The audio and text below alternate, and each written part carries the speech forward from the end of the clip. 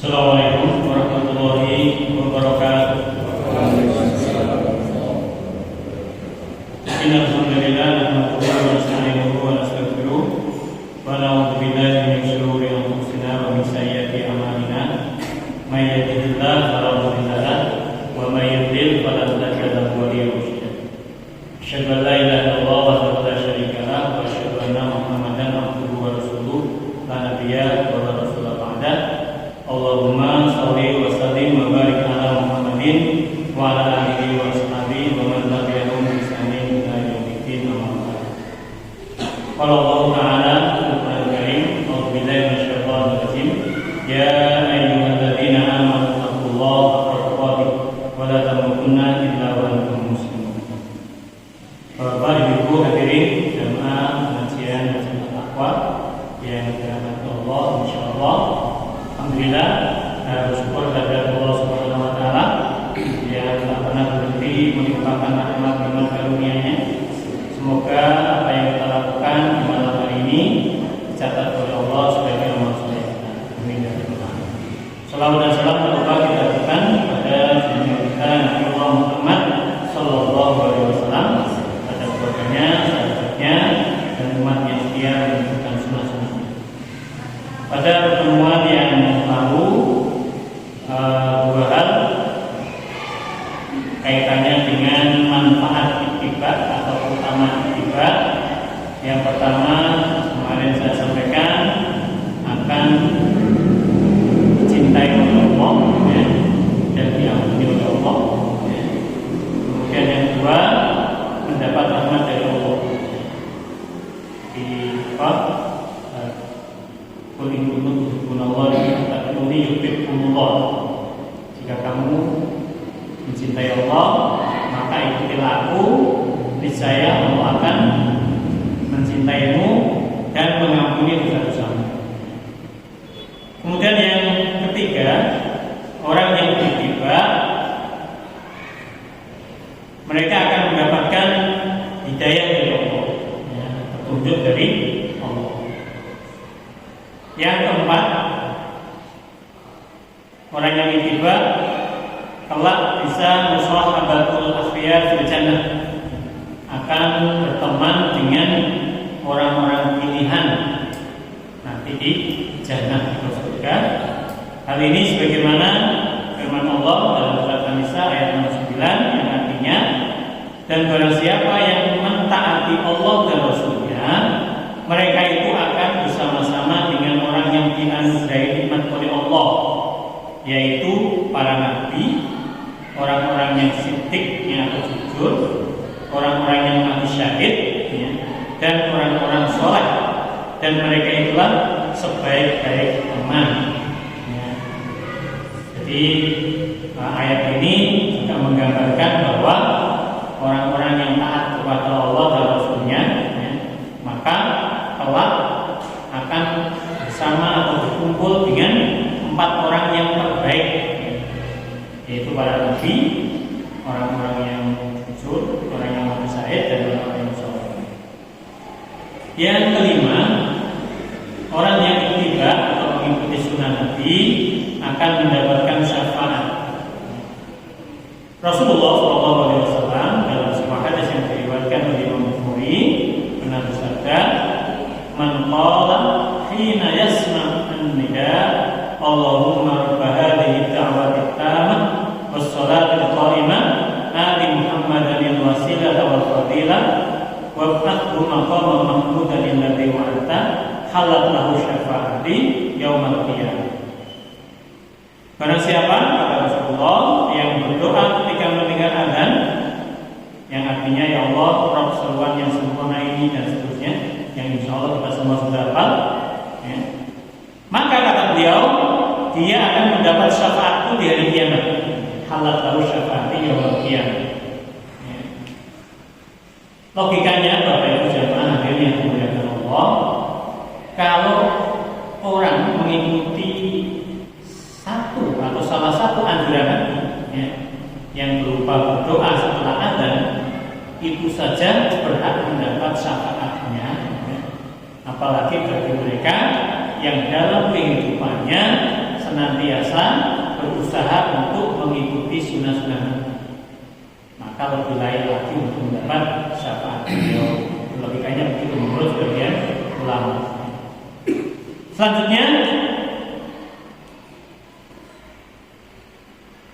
yang kelima, ya, Allah akan menjadikan atau bahasa Arabnya nadratul wajhi, ya.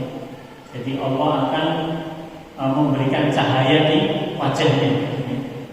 Hal ini sebagaimana sabda Rasulullah SAW, "Nadharallahu imra'an sami'a minna haditsan fahafidhahu hatta yablughahu ghairuhu, farubba hamilin fiqhin ila man huwa afqahu minhu, wa rubba hamilin fiqhin laisa bifaqih." Rawahu Tirmidzi. Semoga Allah menyinari wajah seseorang yang mendengar hadis dari kami, lalu ia menghafalnya, menjaganya, sehingga ia menyampaikannya kepada orang lain. Boleh jadi seorang yang membawa berita itu kepada orang lain itu lebih paham, dan boleh jadi pembawa berita itu atau pembawa hadis itu bukanlah seorang yang faqih.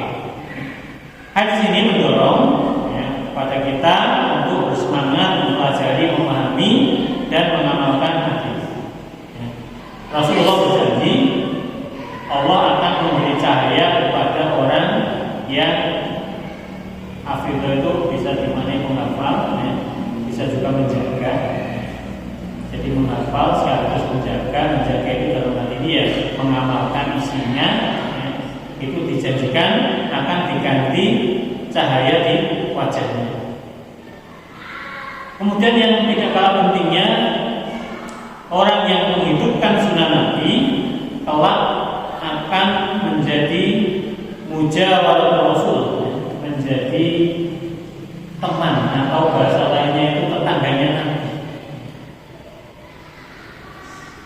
Hal ini sebagaimana sabda Rasulullah SAW dalam sebuah hadis yang diriwayatkan oleh Imam Tirmidzi dan Imam Tabrani dalam Al-Mujam Al-Wasat. Rasulullah bersabda, "Wa man ahya sunnati faqad ahabbani, wa man ahabbani kana ma'i fil jannah." Barang siapa yang menghidupkan sunnahku, maka sungguh dia mencintaiku. Dan betul, Bapak Ibu hadirin, hanya orang yang cinta Nabi saja yang berusaha mengikuti sunnah Nabi. Betul. Kalau orang yang cinta kepada Nabi harus menghidupkan sunnah Nabi. Oleh karena itu kata Rasulullah, orang yang menghidupkan sunnahku berarti dia mencintaiku. Wa man ahabbani kana ma'i fil jannah. Dan barang siapa yang mencintaiku, kelak dia akan bersamaku di jannah surga. Nah, jadi sekali lagi ini beberapa hal yang menunjukkan betapa pentingnya kita menghidupkan sunnah-sunnah Nabi. Baik sunnah Nabi yang mungkin kecil-kecil, ya kan, yang kaitannya dengan kehidupan kita sehari-hari, maupun sunnah-sunnah Nabi yang kaitannya dengan permasalahan yang lebih luas lagi. Baiklah, Bapak Ibu hadirin jemaah, kita lanjutkan membacakan sunnah Nabi yang berubah ada kitab ada literal, kitab etika makan minum menurut hadis Rasulullah SAW.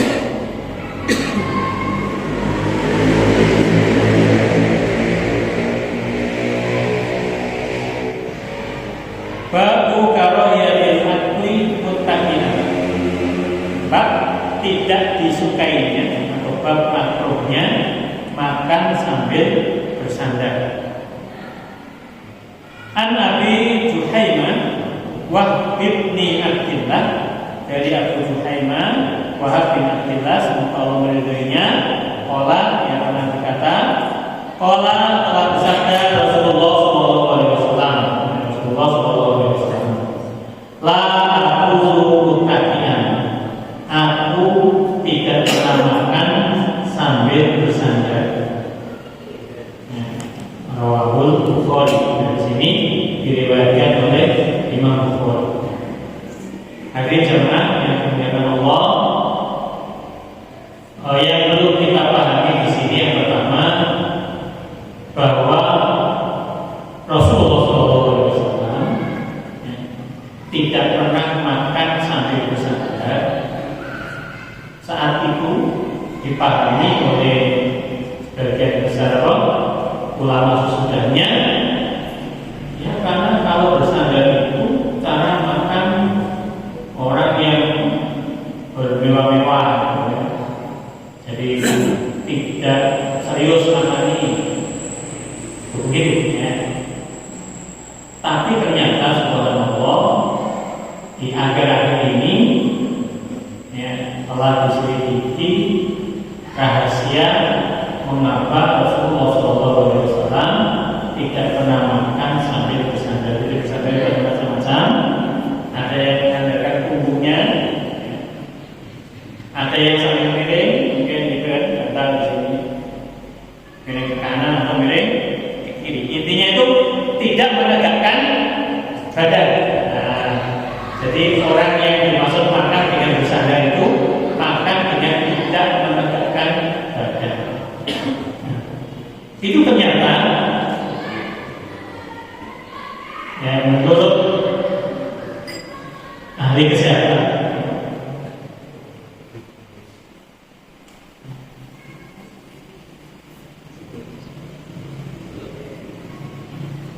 resiko kesehatan makan dengan bersandar ini ada pernyataan dari seorang ahli.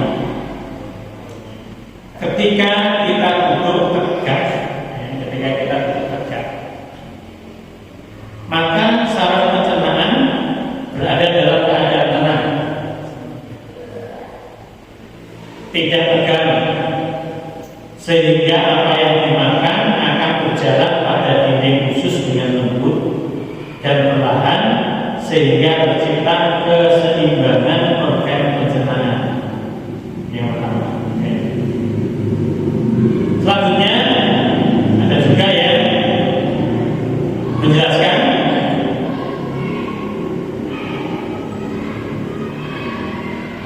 orang yang makan sambil bersandar, ya, posisi bersandar itu perut akan tertekan. Jadi kalau tegak itu perut berada pada posisinya, ya. Tapi ketika bersandar ini atau miring, ya, itu perut akan tertekan, ya, sehingga saluran yang digunakan untuk melewati makanan tidak terbuka secara penuh. Yang pertama.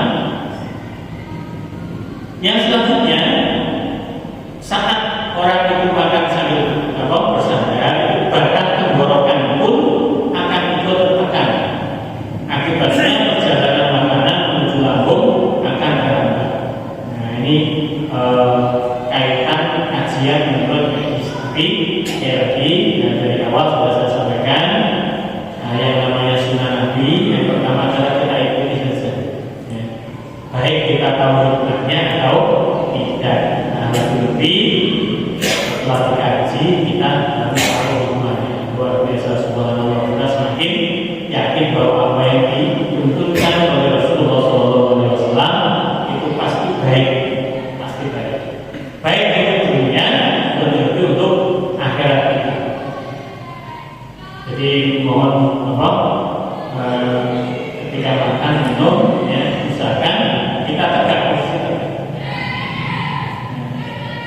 Itu untuk apa? Kebaikan pencernaan kita. Ya. Ketika kita makan sambil bersandar, ya, itu ternyata ada dua yang menyebabkan bisa mengganggu kesehatan. Yang kedua posisi pencernaan itu tertekan. Yang kedua tenggorokan juga tidak nyaman. Nah, bisa jadi tersekat segala macam ya. Tapi apa yang dinyatakan oleh ulama dulu ya tidak salah bahwa memang Rasulullah sendiri ketika makan itu ya tegak beliau, tidak bersandar atau apalagi miring dan macam-macamnya itu ya. Kemudian hadis yang lain ya, yang berkaitan dengan etika makan.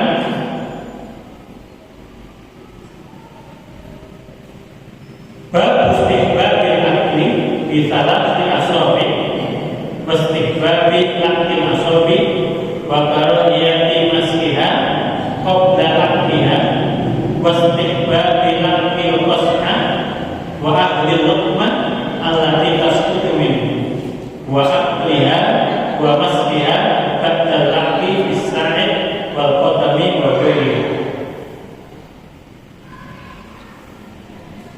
Bab disunahkannya makan dengan 3 jari. Disunahkannya menjilati jari dan makruhnya mengelak atau membersihkan sebelum dijilati. Disunahkannya menjilati piring, mengambil suapan yang terjatuh dan memakannya, serta mengelap piring, tangan, ya, kaki dan lainnya setelah dijilati. Bapak Ibu hadirin jemaah yang dimuliakan Allah, bab ini itu untuk di zaman modern itu kayaknya apa ya? Iya. Ya sendok yang dilati. Hampir apa ya? Kurang diperhatikan. Kayak nggak berlaku. Padahal yang dimaksud makan dengan 3 jari ya artinya makan sesuatu yang memang bisa dimakan dengan tangan. Ya kalau yang berkuah-kuah ya pakai dengan 3 jari dan 2 jari. Tapi intinya di sini ada sebagian ulama yang memahami anjuran nantinya adalah bahwa tidak boleh makan itu berlebihan ketika memasukkan ke mulut ya. Kalau 3 jari kan ya mungkin banyak gitu. Tapi kalau cuma jari kan banyak. Ya jadi dilihat orang juga kan pantas juga ya. Mari kita baca saja hadisnya. Nah, ini kan judul yang disampaikan oleh Imam Nawawi dalam kitab Riyadhus Shalihin beliau ya. Mari kita baca hadisnya. Ani bin Abbasin qala Rasulullah sallallahu alaihi wasallam idza akala ahadukum ta'aman fala yamsah asabi'ahu hatta yarqaha aw yulqiha. Muttafaqun. Ibnu Abbas radhiyallahu anhu berkata Rasulullah sallallahu alaihi wasallam bersabda, apabila salah seorang di antara kalian makan, maka janganlah dia mengelap jari-jarinya sampai dia menjilatinya dan menjilatkannya. Muttafaqun alaih, riwayat Bukhari dan Muslim.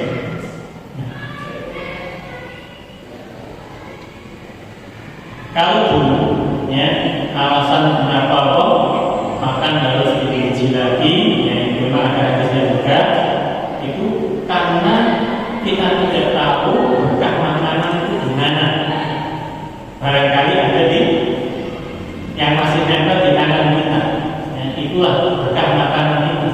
Ya, sehingga kita dianjurkan untuk menjilati. Ya, itu umum memahami alasan kenapa anjuran kita menjilati tangan setelah kita makan. Memang anjuran. Ya. Ternyata subhanallah, Bapak Ibu hadirin jemaah, anjuran Rasulullah SAW untuk makan dengan tangan dan menjilati itu sudah diselidiki oleh ilmu modern dan kesehatan. Jadi pernah ada testimoni dua makanan, yang satu diaduk dengan tangan, yang satu diaduk dengan sendok. Ternyata yang diaduk dengan tangan itu lebih dulu membusuknya, lebih dulu busuk dibandingkan dengan diaduk dengan sendok. Ini kemudian oleh ahli itu yang membuat perbandingan itu menyatakan bahwa ternyata di jari manusia itu memang ada bakteri pengurai. Saya teringat sekali waktu saya kecil itu, kalau ada pindang itu, kemudian saya ambil dengan tangan, itu oleh ibu itu dipanaskan lagi. Karena kalau nggak dipanaskan itu besok sudah basi. Jadi kalau ambil ya supaya awet ya pakai sendok.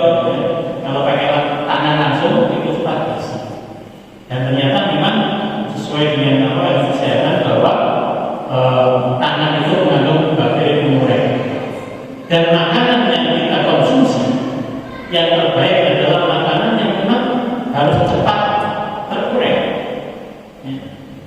Maka makanan yang ada pengawetnya itu tidak bagus, karena itu akan membuat pencernaan itu menjadi berat. Nah, salah satu untuk membantu supaya pencernaan kita itu tidak terlalu berat dalam bekerja mengurai makanan adalah dengan bakteri yang ada di jari kita. Yang pertama, kaitannya dengan penyelidikan atau testimoni kenapa Rasulullah itu mengajukan memakan dengan jari dan menjilati. Kemudian yang selanjutnya yang juga perlu saya sampaikan di sini, hadis tadi kan menjilati atau menjilatkan, bahasanya kan gitu. Tentu kalau menjilatkan disuruh jilati temannya ya gimana gitu kan. Maka ini berlaku untuk suami istri, suami istri atau orang tua dan anak. Saya baru melihat ada mungkin Bapak Ibu juga pernah melihat di tayangan bagaimana orang tua menyuapi anaknya yang sudah besar, gitu kan? Ya walaupun sebagai simbol ya betapa sayangnya orang tua kepada anak, tapi itu membuat terharu, membuat ikatan batin antara anak dan orang tua itu semakin kuat. Kalau dulu saya sih suka minta disuapin, ya itu sama ibu itu, dan waktu itu ya SMP lah ya. Kalau SD teman ya sih, tapi waktu SMP itu masih bisa pindah memang ada ikatan gitu. Mungkin begitu juga suami istri, ya jadi kayaknya perlu dipraktekkan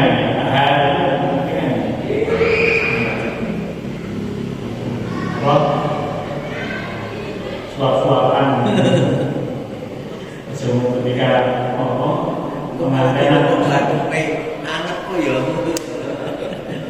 Ya, jadi itu subhanallah, jadi segala sunnah Nabi ya, itu memang pasti membawa kebaikan. Kalau tadi disampaikan bahwa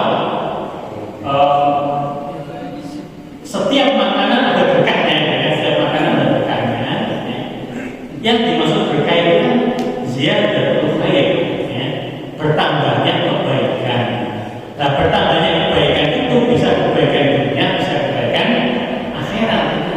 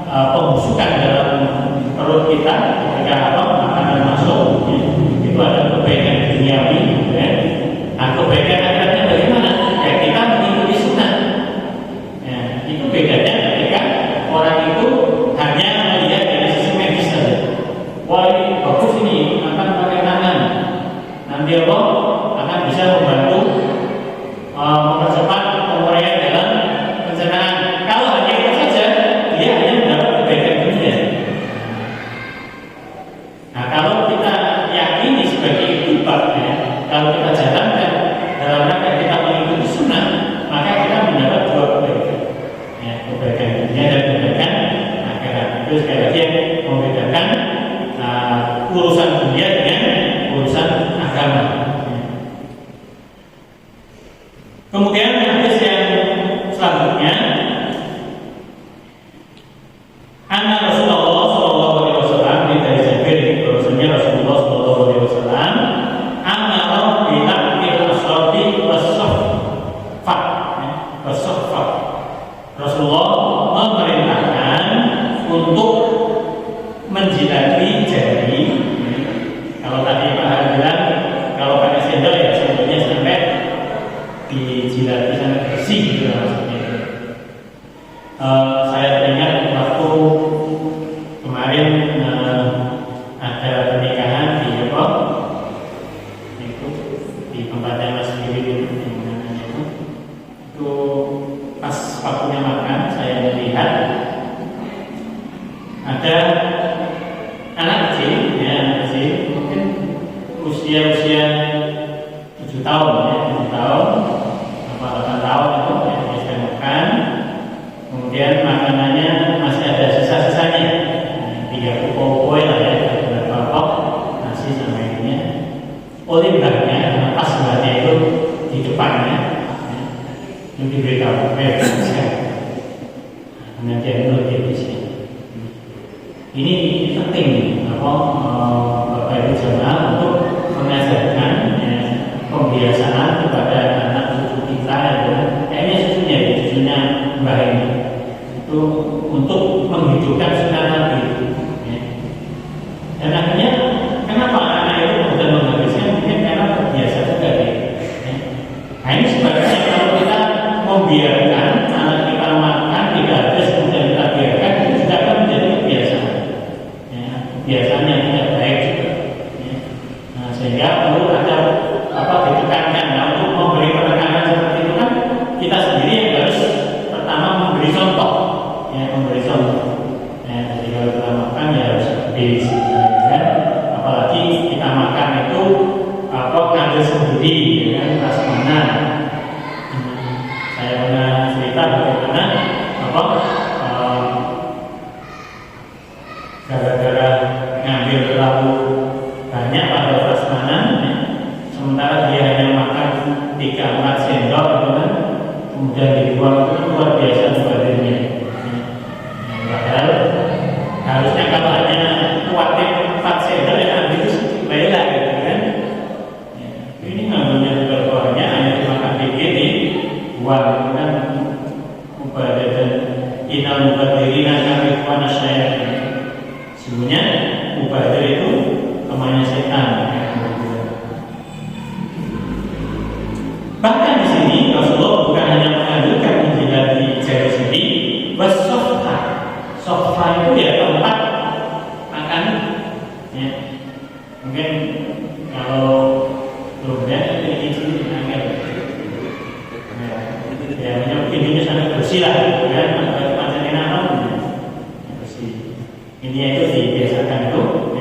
Waqala, dan Rasul memberi alasan, innahu la tadruna fi ayyi ta'amikum mubarakah.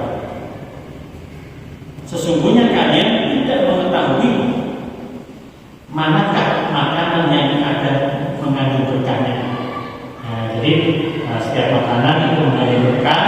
Karena kita tidak tahu di mana berkah makanan itu, maka kita dianjurkan untuk memakan sampai betul-betul tidak tersisa. Bahkan dalam sebuah hadis yang lain, ya, Rasulullah SAW mengajarkan, "Fa'idha saqatat luqmatu ahadikum falyakutha, falyubit ma kana biha min adab." Apabila makanan salah seorang di antara kamu jatuh, ya, maka adalah yang mengambilnya kemudian membuang yang kotor, summa liyakulha, kemudian adalah yang memakannya, wala yadaha lisyaitan, dan jangan membiarkannya untuk setan. Ini juga kaitannya dengan anjuran untuk tidak membuang-buang makanan. Ya, sampai Rasulullah SAW menganjurkan kalau ada makanan yang jatuh dan masih bisa dimanfaatkan, ya, misalnya roti jatuh masih bisa dibuang yang kotor, ya, itu disuruh mengambil. Ya. ambil dan buang yang kotor kemudian makan. Jangan kamu tinggalkan untuk setan. Ini bisa dipahami dua ya. Yang pertama itu berarti setan itu ya ikut makan. Ya. Di antara setan ikut makan itu ya berdasarkan hadis Nabi, saat orang itu makan tidak membaca Bismillah, setan ikut makan. Yang kedua seperti ini, ya, orang makan tapi mubazir, ya, buang-buang, ya. Berarti tanpa dia sadari dia telah memberi makan setan. Artinya apa? Tanpa disadari dia membuat musuhnya itu tambah kuat gitu kan, tambah sehat. Dalam arti katakan bahwa sebenarnya setan itu harusnya ketika menggoda orang muslim itu setannya mesti kurus-kurus, ya, karena orang muslim itu kalau makan basmalah segala sesuatunya dengan bismillah, sehingga setan tidak bisa ikut, ya. Harusnya begitu. Nah, tapi kalau orang muslim ternyata tidak mengikuti sunnah, ya, misalnya cara makan misalnya tidak sesuai sunnah, maka setan akan ikut, ya. Faedah yang asal ya, fainahu la yakfi fi ayyi ta'amin barakah. Ini sama dengan tadi. Kalau selesai makan adalah menjilati jari-jarinya karena dia tidak tahu di mana berkah makanan itu berada. Di sini semuanya sunni, ya, dari muslim, dari muslim, ya, sehingga di sini patut untuk menjadi perhatian kita. Jadi sekali lagi, kalau memang makanan itu bisa kita makan dengan tangan, dengan jari kita, maka sebaiknya dengan jari, ya. Kecuali yang tidak memungkinkan dengan jari, maka boleh dengan alat yang lain, hanya jangan sampai tersisa, ya, jangan sampai tersisa. Ya, kalau ada nanti itu, kalau tadi jari disilati, ya, kalau sendok juga dibersihkan, ya, sampai tidak ada yang tersisa. Kemudian hadis yang selanjutnya, babu ada isyubi wasbihbabun nafs talatan kholijatina wa qara'iyat tanafus bidina wasbihbabi idaratil dina ala ayman fal ayman ba'dal utas. Bab ketika minum, ya, ada minum dianjurkannya bernafas 3 kali di luar pada air minuman. Jadi ketika minum tidak boleh sekali duduk, ya. Kemudian makruhnya bernafas di dalam wadah minuman dan dianjurkannya menggilirkan wadah tersebut ke sebelah kanan terus ke kanan setelah dari orang yang memulai minum. Oke, saya bacakan hadisnya. Anas dari Anas radhiyallahu anhu, Rasulullah sallallahu alaihi wasallam karena yatanafasu fi syarabi talatan muttafaqun. Dari Anas bahwa Rasulullah sallallahu alaihi wasallam dahulu bernafas 3 kali saat minum. Ketika minum gelas itu paling enggak 3 kali minuman, 3 kali. Jangan langsung sekali. Nah, oke, kita lanjut hadisnya. Ini juga berkaitan dengan hadis yang sebelumnya. Wa an Ibni Abbas radhiyallahu anhu, dari Ibnu Abbas, Allah dari keduanya, qala, ia berkata, qala telah bersabda Rasulullah sallallahu alaihi wasallam, la tasrabu wahidan kasurbil ta'ir, ya. Janganlah kalian minum sekaligus seperti minumnya unta. Ada kalau haus besar gitu, ada gitu.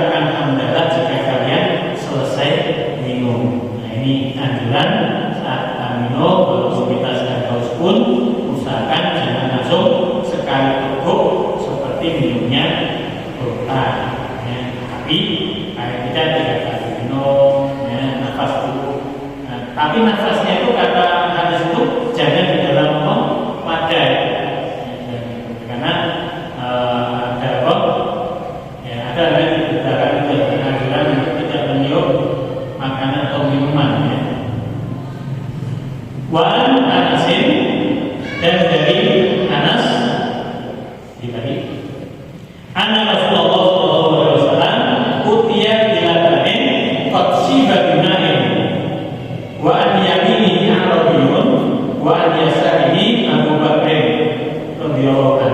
Fasyariba tsumma atala arabi wa qala al-ayman fal-ayman muttafaqun alaih. Dari Anas radhiyallahu anhu bahwa Rasulullah SAW didatangkan kepadanya segelas susu yang telah dicampur dengan air. Jadi Rasulullah dihidangkan ya, susu dan air ya. Di sebelah kanan beliau ada orang bakti ya, orang-orang yang dari jauh tidak dikenal, dan di sebelah kirinya ada Abu Bakar ya, sahabat sekaligus mertuanya. Maka beliau minum, kemudian beliau berikan susu itu kepada orang-orang pada kasih dari sebelah kanannya ya. Dan beliau bersabda, dahulukan yang kanan, seterusnya yang kanan. Ini etika Bapak Ibu hadirin jamaah. Kalau nyuguhi makanan minuman itu dari kanan ya, dari kanan terus ya. Karena dalam hadis ini saat jamuan makan Rasul ada di kanan, sebelah kirinya Abu Bakar, sebelah kanannya orang tidak dikenal. Tapi ternyata Rasulullah memilih yang kanan ya, yang kanan ya. Walaupun yang kiri adalah